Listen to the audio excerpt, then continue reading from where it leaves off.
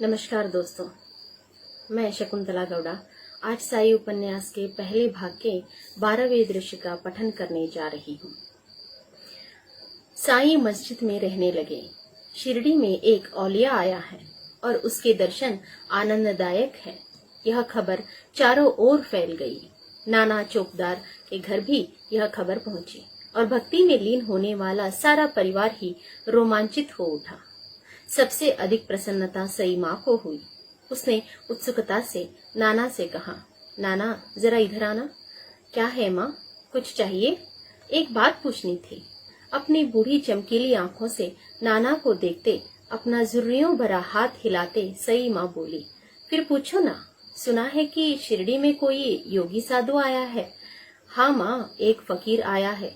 नाम क्या है उसका? साई। साई बाबा कहते हैं सब। तुमने देखा है उसको? जी हाँ। कैसा लगता है? बहुत सुंदर, अत्यंत तेजस्वी, चांद सा प्रसन्न वदन, आवाज बुलंद और मीठी। नाना साई के वर्णन में लीन हो गया। बुढ़िया भी खुश हुई। उसकी बूढ़ी आंखें नत हो गई। नाना जी, यह फकीर बूढ़ा तो नहीं है? नहीं माँ, गबरू जवान है, 20 साल का होगा, लेकिन उसकी बातों से तो वह वयोवृद्ध, तपोवृद्ध, ध्यानवृद्ध से भी वृद्ध लगता है। नाना मेरे बच्चे, बोलो माँ, मुझे उसके पास ले चलना, मैं भी उसके दर्शन कर लेती हूँ। अब मेरे कितने दिन बचे हैं? आंखें बंद होने से पहले उसके भी आशीर्वाद ले लूं। चलेंगे ना?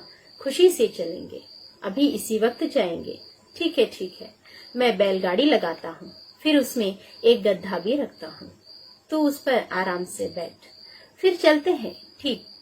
मेरे लाल, भगवान के दर्शन के लिए जा रहे हैं, पैदल चलते हैं, बैलगाड़ी में बैठकर नहीं। भगवान के सामने अपनी शुद्र संपत्ति का ठाठ दिखाना नहीं चाहिए। जिसने चांद तारे बनाए, उसके सामने हमारे सोने चांदी का क्या मोल? पैदल चलते हैं। नहीं माँ, अमीरी का ठाठ नहीं, तुम्हारी आयु हो रही है, इसलिए छकड़े को बैल जोड़ना चाह रहा था। खैर, पैदल तो पैदल, उठो चलते हैं। अब कैसी सयानों सी बात कही, बुढ़िया ने संतोष से हंसकर कहा। पर माँ, तुम चल सकोगी? कहाँ है वह? मस्जिद में। पल भर वह ठिठकी, फिर हंसकर बोली, जहाँ भगवान वहाँ हम। उसके लिए तो मंदिर मस्जिद दोनों बराबर। मुझे चलाने वाला वह, मैं कौन चलने वाली हूँ। दोनों चल पड़े। सई माँ धीरे धीरे चल रही थी, पर उसका जोश बड़ा था। उसका जुर्रीदार चेहरा तरोताजा लग रहा था। भीतर से कोई एक चेतना उसमें जग रही थी। आधे से ज्यादा वे पैदल आ चुके थे कि तभी सामने से कुलकर्णी वैद्य आए। कुलकर्णी वैद्य टेढ़ी चाल और उल्टी खोपड़ी का था।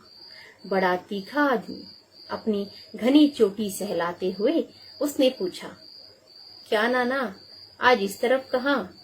साथ मातोश्री भी है और पैदल ही निकले हो?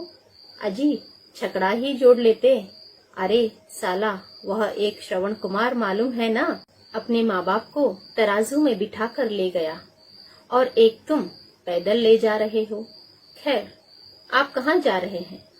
कुलकर्णी के प्रश्न और उसमें निहित व्यंग्य नाना को अच्छा नहीं लगा। फिर भी उसने कहा, साई दर्शन के लिए जा रहे हैं। किसके? साई के। लो सुन लो बात।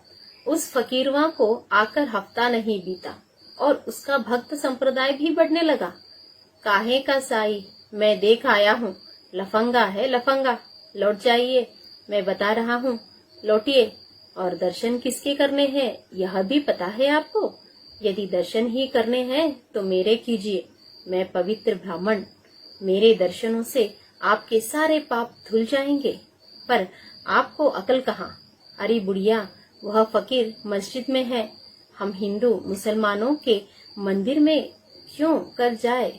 वह फकीर हिंदू धर्म ही भ्रष्ट करने यहाँ आया है।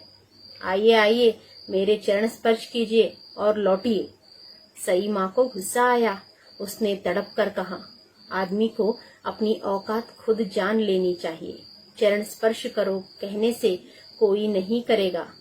उसके लिए उतनी ताकत होनी चाहिए। और मंदिर मस्जिद में किस बात का फर्क करे रहे हो तुम? भगवान और अल्लाह तुमको भिन्न लगते हैं।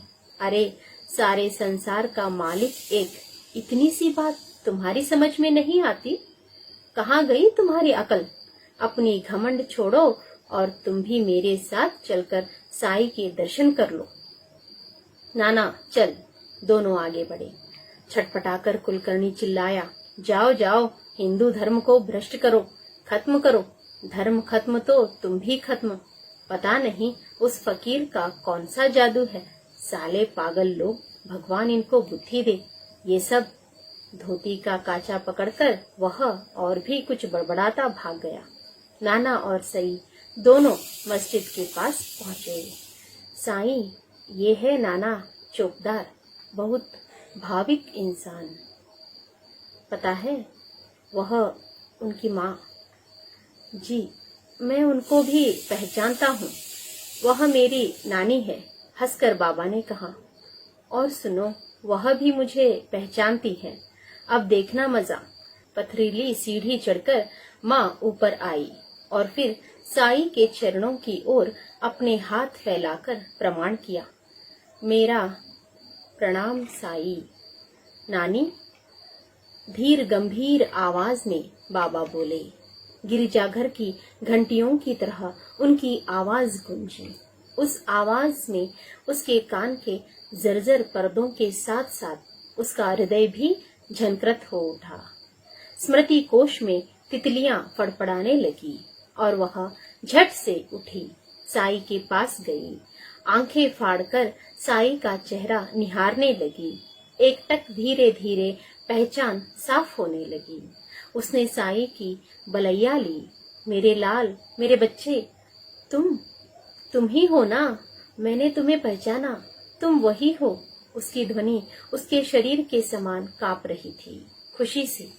माल साहबती, देखा, मैंने कहा था ना, आखिर माँ ने अपने बच्चे को पहचान ही लिया ना। साईं, यह सब हो क्या रहा है? मेरी तो कुछ समझ नहीं आ रहा है। माल साहबती की बातों का जवाब दिए बिना साईं ने कहा, हाँ नानी, मैं वही हूँ, वही बच्चा। मतलब? नाना ने हड़बड़ाकर पूछा। उसकी भी समझ में कुछ नहीं आ रहा था। अरे, वह थोड़े ही पहली बार शिरडी आया है, इसके पहले भी आया था, पूछो उसको। हाँ माँ, मैं आया था पहले एक बार, सच है। लोगों, शिरडी के बड़े भाग्य है, इसलिए यह फिर लौट आया है। इस माटी का पुण्य बड़ा, इसीलिए यह खींचा चला आया है। यह शिरडी अब काशी से भी महान होगी। काशी के उस पार के लोग भी अब शिरडी आया करेंगे। इस बच्चे के कारण शिरडी अब तीर्थ क्षेत्र बनेगी, मुक्ति धाम बनेगी। लेकिन और वह चुप हो गई। सुनने वाले भी गंभीर होकर अचानक उसके चुप होने का कारण सोचने लगे। लेकिन क्या माँ? मालसाप्ती ने कुछ पलों की स्तब्धता तोड़ी। लेकिन आप सबको एक सावधानी बरतनी होगी, बहुत ध्यान देना होगा। किस बात का? देखना यह फिर यहाँ से चला न जाए। माँ की चेतावनी से वे सारे गंभीर हो गए। यह कुछ समय रहता है, फिर गायब हो जाता है। तब भी ऐसे ही अदृश्य हो गया था। पूछो उससे, है ना रे? साईं मुस्कुरा रहे थे। उन्होंने कहा, तुम सच कह रही हो माँ, मैं उस समय अचानक गायब हो गया था, पर अब नहीं जाऊंगा, चिंता मत करो। पर साईं, यह सब क्या है? मालसाप्ती बोले। आपने कब आगमन किया, फिर कब तिरोगमन? वह सारा किस्सा नानी ने पूछा। माँ, वह सब बताओ जी। मस्जिद की दीवार से आराम से पीठ टिकाकर वह हंसकर बोली, मैं बुढ़िया, अब कैसे सब याद आएगा? इसको पहचाना, यह भी उसी की लीला है। बाबा, अब तू ही स्मरण दिलाने में मेरी सहायता कर। और माँ स्तब्ध हो गई। अतीत में उसकी स्मृति के कदम बढ़ने लगे और एक एक बात याद आने लगी। दोस्तों, आज इस 12वें दृश्य के पठन के साथ साई उपन्यास का पहला अध्याय पूर्ण हुआ और मैं आशा करती हूँ कि आप सब इस पठन श्रृंखला से जुड़कर साई उपन्यास की कथा का आस्वादन ले रहे हैं। सब सुरक्षित रहे और स्वस्थ रहे, इसी एक मनोकामना के साथ मैं अपनी बात पूर्ण करती हूँ। धन्यवाद।